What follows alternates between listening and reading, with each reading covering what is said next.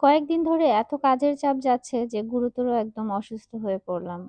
অবশেষে আমাকে ডাক্তারের কাছে যেতেই হলো। আর অনেকদিন পরে মারিয়ামদের বাসায় গেলাম।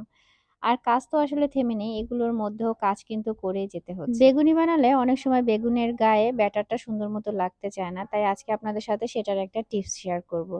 আশা করি সবকিছু মিলিয়ে ব্লগটা ভালো লাগবে। আসসালামু আলাইকুম এভরিওয়ান, আমি তামান্না নাসির বলছি সিলেট থেকে। আশা করছি যে যেখান থেকে আমার ব্লগটি দেখছেন সবাই ভালো আছেন, সুস্থ আছেন। আজকে একটু দেরিতে ঘুম থেকে উঠেছি। ঘুম থেকে ওঠার পরেই আমি একটু হালকা রেডি হয়ে নিয়েছি। ড্রেসটা জাস্ট চেঞ্জ করে নিয়েছি। এখন চলে যাব মারিয়ামদের বাসায়। তো ওই টাইমটায় শরীরটা মোটামুটি ভালোই ছিল। ঘুম থেকে ওঠার পরে শরীরটা একটু ভালো লাগে। তো বের হয়েছি। তবে বাহিরে গেলেই যেটা হয়, রোদ্রে গেলেই আমার সাথে, সাথে যেহেতু মাইগ্রেনের সমস্যা, সাথে, সাথে মাথাটা ধরে যায়। তো কিছুই করার থাকে না, বাইরে তো বের হতেই হবে। তো আমি একটা রিক্সা নিয়ে নিলাম আর আমার সাথে আমার ছোট বোনকে নিয়ে নিছি। ওর আবার কোচিং আছে, তো সেইজন্য ভাবলাম যে রাস্তায় ওকে নামাই দিব। আর এত রোদ পড়ছিল, রোদে তাকাতেই পারতেছিলাম না। কোনরকম ভিডিওটা জাস্ট করলাম আরকি। তো চলে আসছি মারিয়ামদের বাসায়। আর মারিয়াম মাশাআল্লাহ দেখতে, দেখতে আপনারা অনেকেই বলেন যে অনেক বড় হয়ে গেছে। আসলেই বড় হয়ে যায়। ওকে ওর জন্মটা আমি চোখের সামনে দেখেছি আর এখন মাশাআল্লাহ সে কত বড়। দোয়া করবেন সবাই মারিয়ামের জন্য। আর মারিয়ামকে যখন ছোটবেলায় আমি ওর সাথে ছবি দিতাম, সবাই মনে করতো ও আমার মেয়ে। তো যাই হোক, ও কিন্তু আমাকে মাম্মামি ডাকে তখন থেকেই। বাসায় চলে আসলাম আর এসে ইফতারের সবকিছু টুকটাক একটু রেডি করছিলাম। তো চলেন এবার বেগুনির রেসিপিটা শেয়ার করি। বেগুনি বানানোর জন্য অবশ্যই বেগুনটাকে হালকা লবণ পানিতে ভিজিয়ে রাখবেন ঘন্টাখানেকের মতো। এতে করে লবণ পানিতে বেগুনের ভেতরে যে পানিটা থাকে সেটা বের হয়ে যাবে। আর বেগুনের মধ্যে খুব সুন্দর লবণ ঢুকে যাবে। আর কিছুক্ষণ যখন ভিজিয়ে রাখা হবে তারপরে সুন্দর করে এরকম একটা খোলা জালির মধ্যে বিছিয়ে রাখবেন, অথবা আপনারা টিস্যু দিয়ে মুছেও নিতে পারেন যাতে বেগুনের গায়ে কোনো পানি না থাকে। আর নরমালি আপনারা বেসনের ব্যাটারটা যেরকম করে গোলান ঠিক ওরকম করে গুলিয়ে নিলেই হবে। তবে চেষ্টা করবেন এটা একটু আগে থেকে গুলিয়ে রাখতে। ঘন্টাখানেক আগে গুলিয়ে রাখলে বেশি ভালো হয়। আর একটু ঘন করে গোলাবেন যাতে করে একটা আঙুল যদি চুপ দিলে দেখেন যে আঙুলের চারিদিকে সুন্দর করে ব্যাটারটা লেগে গিয়েছে, তাহলে বুঝবেন যে পারফেক্ট ভাবে গোলানো হয়ে গেছে। তারপরে বেগুনি ভাজলেই একদম সুন্দর এরকম চারদিক থেকে কোট হয়ে বেগুনিগুলো হবে। আর অবশ্যই একটু খাবার সোডা এবং বেকিং পাউডার দিবেন।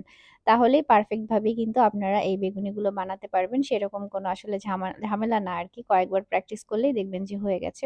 আর সবসময় ডুবো তেলে ভাজবেন এবং মিডিয়াম টু হাই আঁচে ভাজতে হবে। একদম লো আঁচে ভাজলে কিন্তু ভালো হয় না। যাই হোক, আমি আমার অভিজ্ঞতা থেকে শেয়ার করলাম। আর এই তো, আমি যে খুব ভালো রাঁধুনি ব্যাপারটা এমনও না। করতে, করতে যতটুকু পারি সেটাই শেয়ার করলাম। আর সেম ভাবে আপনারা কিন্তু আলুর চপও বানিয়ে নিতে পারেন। আর আজকে আমাদের বাসায় বটভুনি করা হচ্ছে। আফিফ এটাকে বটভুনি বলে আরকি। বট ভুনা করা হচ্ছে। সাথে আলু দিতে বলেছিলাম, কারণ আলু দিলে ভালো লাগে খেতে। চাইলে আলু নাও দেয়া যায়। তো যাই হোক, এদিকে আলুর চপগুলো ভেজে নিচ্ছি। আর দেখেন আলুর চপগুলো কি সুন্দর, দেখে মনে হচ্ছে না এখনই খেয়ে ফেলবো, এরকম একটা ব্যাপার। আর এদিকে আম্মু গিয়ে ফল কেটে নিচ্ছে। কারণ প্রতিদিনই দেখা যায় ফলের এই কাস্টার্ডটা আমাদের খাওয়াই হয়। তো সেটার জন্য ফলটা রেডি করে নিচ্ছি আরকি। আর ইফতারটা ভালোমতো শেষই করতে পারিনি। এত বেশি খারাপ লাগছিল। প্রেশার এত লো হয়ে গেছে কি বলবো। দেখা গেছে যে টানা কিন্তু প্রচুর কাজের চাপ যাচ্ছে। আর তার পাশাপাশি আ রোজা থাকলে আমার শরীর এমনিই অনেক বেশি দুর্বল হয়ে যায়। তো তারপরে সবকিছু মিলিয়ে খুবই বাজে একটা অবস্থা। মনে হয় যে ঘাড় তুলতে পারতেছি না। তো ও বিপিটা মেপে দেখছিল। আর এদিকে মাইগ্রেনের ব্যথায় খুবই পাগল, পাগল অবস্থা, কি বলবো। দেখা যায় কাজের চাপ থাকলে বা বেশি যদি লাইটের কাছে থাকা হয়, সবকিছু মিলিয়ে তাহলে কিন্তু না মাইগ্রেনের সমস্যাটা বেশি বাড়ে। তো কিছুই করার নেই। একটু রেস্ট নিয়ে তারপরে আবার রেডি হলাম। আর রেডি হয়ে দেখলে তো বোঝাই যায় না যে আমার আসলে ভিতরে এত, এত খারাপ লাগছে। কিন্তু কাজে তো যেতে হবে। কিছু তো করার নেই। তো সেজন্য রেডি হয়ে গেলাম আর একদম সেজেগুজে আপনাদের সাথে একটু শেয়ার করছি। দেখে মনে হচ্ছে না যে কি সুস্থ মানুষ, কিন্তু শারীরিকভাবে খুবই খারাপ লাগছিল। তো যাই হোক, এরপরে চলে আসলাম লাইভের জন্য। আর সুন্দর একটা শাড়ি আপনাদেরকে দেখাচ্ছি। এটা একদম এক্সক্লুসিভ পার্টি একটা শাড়ি। আর আজকে আমি লাইভে যে শাড়িগুলো দেখাচ্ছি এগুলো খুবই রিজনেবল প্রাইসে ছিল। মোটামুটি লাইভে দেখানোর পরে সব স্টক আউট হয়ে গেছে মেক্সিমাম। তো যদিও গিয়ে ভিডিওটা দিতে আসলে ২-১ দিন দেরি হয়ে গেল। শরীর ভালো ছিল না, তাই ভিডিও এডিট করা হয়নি। আগের যে ভিডিওগুলো ছিল সেগুলোই কোনরকম দিয়ে আপনাদের সাথে শেষ করছি।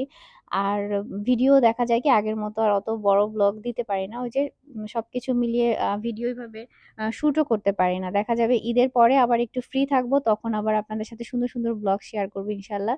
তো লাইভ শেষ করলাম, মোটামুটি অনেক রাত হয়ে গেছে। তখন আবার আফিফের আব্বুর কাজও শেষ হইছে। ও আমাকে বাসায় নিয়ে যাচ্ছিল। তো এই তো দুজন মুচকি, মুচকি হাসতেছিলাম। তারপরে সারাদিন শেষে যে মানে এখন একটু শান্তি লাগতেছে এই আরকি। বাসায় চলে আসছি আর ২ লাট্টু পাট্টু অপেক্ষা করছিল যে তাদের জন্য কি নিয়ে আসছি। আর এত বেশি টায়ার্ড লাগতেছিল, মানে চিন্তা করতেছিলাম কখন মেকআপ তুলবো, একটু ফ্রেশ হবো তখন আরকি ভাল লাগবে। নতুন অনেক ভিউয়ার্স আপুরাই আমাকে কমেন্ট করেন যে, "আপু প্রতিদিন এত সাজগোজ করেন কেন? রেডি হন কেন?" তো আসলে এটা আমার কাজ, সেইজন্যই রেডি হতে হয়। তো যাই হোক, রাতে এরপরে জামাই বউ মিলে ভাত খেয়ে নিলাম। আর খুব সুন্দর হচ্ছে এক্সক্লুসিভ পার্টি ড্রেস এসেছে দিল্লি বুটিকস এর মধ্যে। ড্রেসগুলো এত সুন্দর, মানে ২ টা কালার এসেছে এইটার মধ্যে, আর ২ টা কালারই মারাত্মক সুন্দর। অল ড্রেসের মধ্যে হচ্ছে সিকোয়েন্সের কাজ করা, খুবই চমৎকারভাবে ফিনিশিং দেয়া। আমি কাজটা একটু ক্লোজ করে আপনাদেরকে দেখাচ্ছি। তো আপনারা চাইলে এই ড্রেসগুলো কিন্তু আমাদের বিজনেস পেজ তাহা বাই তামান্না হ্যান্ডিক্রাফটে অর্ডার করে দিতে পারেন, অথবা এই স্ক্রিনে দেওয়া হোয়াটসঅ্যাপ নাম্বারেও অর্ডার করতে পারেন। আর এটা ছিল একটা লিলেন কটনের মধ্যে ড্রেস। এই ড্রেসটাও খুবই কমফোর্টেবল এবং খুবই এক্সক্লুসিভ ছিল। প্রাইসও একেবারে রিজনেবল প্রাইসে আপনারা পেয়ে যাবেন।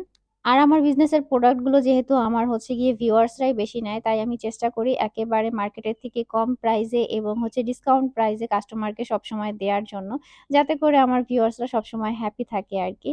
তো আপনাদের কারো ভালো লাগলে অবশ্যই স্ক্রিনশট নিয়ে হোয়াটসঅ্যাপে অর্ডার করে দিতে পারেন। তো এরপরে হচ্ছে ঐদিন ইফতারে আবার যুক্ত হলাম, কারণ ২ দিনের একটু ভিডিও নিয়ে হচ্ছে ভিডিওটা করা। তো আফিফের আব্বু এবং ওর পরিচিত কয়েকজন মিলে হচ্ছে ওদের একটা ইফতার পার্টি ছিল। তো সেইজন্য ও বাহিরে চলে গেছে। আর আমাদের জন্য কিছু ইফতার সেখান থেকে পাঠিয়ে দেওয়া হইছে। তো সেগুলোই বের করে নিচ্ছিলাম। এখানে হচ্ছে আখনি ছিল, তারপরে হচ্ছে মানে আলুর চপ, বেগুনি, মানে খেজুর, যা দরকার হয় আরকি ইফতারিতে সব আইটেমই অল্প করে ছিল। তো সেগুলোও বের করে নিলাম। আর বাচ্চারা দেখা যায় বাহির থেকে কোনো কিছু আসলে সেটা নিয়ে এক্সাইটেড থাকে যে এটার ভিতরে কি আছে সেরকম। ওরা বলতেছিল পুডিং, কেউ বলতেছিল কেক। তো যাই হোক, দেখার পরে আবার তারা ঠান্ডা। আর এদিকে বাসায়ও তো আমরা টুকটাক ইফতারি সবকিছু রেডি করে নিয়েছি। তো ঐদিন শরীরটা মোটামুটি ভালো লাগছিল। কিন্তু মাইগ্রেনের ডাক্তার মানে ভালো খুঁজতেছিলাম অনেকদিন ধরেই। তো অবশেষে আজকে হচ্ছে ডাক্তারের কাছে যাবো আরকি। ইফতারের ঠিক আগের মুহূর্তটা বাইরের ওয়েদারটা আসলে দেখলে খুবই ভালো লাগে। আর দেখলাম যে এই তো গাছে আম হয়েছে, তাই ভাবলাম জুম করে আপনাদেরকে একটু দেখাই, দেখে ভালো লাগলো। আর আজকে ইফতারে হচ্ছে বেলের শরবত রেডি করা হয়েছিল। শরবতটা এত মজা হয়েছিল ইফতারের পরে খেয়ে, মানে দারুণ ভালো লেগেছে। আর এদিকে একটা সুন্দর জিনিস আপনাদেরকে দেখাই। এই যে দেখেন, আবরার কিন্তু ২ হাত তুলে মোনাজাত দিচ্ছে মাশাআল্লাহ। আবার সে দোয়াও পড়ে, নিজেই মুখ নাড়ছে, চোখ পিটপিট করছে। মানে আমাদেরকে যেভাবে দেখে নামাজ পড়া শেষে মোনাজাত দিতে, ঠিক সেইটাই সে কপি করে। তো যাই হোক, আর তার গায়ে আবার কাপড়-চোপড় নেই সেটা নিয়ে কমেন্ট কইরেন না। কারণ সে সবসময় নেংটু-বেংটু থাকে। ইদানিং তার ২-১ সপ্তাহ ধরে এই রোগে ধরছে আরকি। তো একেক সময় একেকটা করে বাচ্চারা আরকি। তো এরপরে ইফতার করে নিলাম। তারপরে অল্প করে একটু আখনিও খেয়ে নিলাম। এরপরে ডাক্তারের সিরিয়াল ছিল, এজন্য বাসা থেকে বের হলাম। আর তখন আসলে এত খারাপ লাগছিল, আমার মাথা ঘুরছিল আর শরীর মনে হয় যে দুলছিল। আর মাইগ্রেনের ব্যথা করলে সাথে চোখও ব্যথা করে, মানে তাকানো যায় না স্পষ্টভাবে। তো যাই হোক, আমার অনেক আগে একবার এমআরআই ও করেছিলাম। তো সেই রিপোর্টটা সাথে নিয়ে যাচ্ছি। যদিও মানে ফিল্মগুলো তেমন একটা ভালো নেই, বাট রিপোর্টটা নিয়ে যাচ্ছি আরকি। তো এরপরে চলে আসলাম ডাক্তারের এখানে। আর ডাক্তারের এখানে যতই আপনি আগে থেকে সিরিয়াল দেন না কেন, ২-১ ঘন্টা আপনাকে বসেই কাটিয়ে দিতে হবে। কিছুই করার থাকে না। তো ডাক্তার দেখিয়ে পরে হচ্ছে গিয়ে আমি আর আম্মু হচ্ছে বাসায় ফিরে আসলাম। আম্মুরও হাতে আঙুলে একটু সমস্যা হইছে। সেটার জন্য স্কিনের ডাক্তার দেখাইছে। তো যাই হোক, এরপরে ডেলিভারির প্রোডাক্ট গুলো রেডি করছিলাম। কুরুশ কাটার তৈরি এই প্রোডাক্ট গুলো নেয়ার জন্য আপনারা আমাদের হোয়াটসঅ্যাপ নাম্বারে অথবা বিজনেস পেজ তাহা বাই তামান্না হ্যান্ডিক্রাফটে কিন্তু আমাদের সাথে যোগাযোগ করতে পারেন। যদিও তেমন একটা কালেকশন এখন নেই, তবে আস্তে এই কালেকশন গুলো আরো বেশি পাবেন কিছুদিনের মধ্যে। তো যাই হোক, আজকের ভিডিও থেকে এখানে বিদায় নেই। ভিডিও ভালো লাগলে অবশ্যই লাইক, কমেন্ট, শেয়ার করবেন। দেখা হচ্ছে নতুন আরেকটা ব্লগে। সে পর্যন্ত আল্লাহ হাফেজ। আসসালামু আলাইকুম।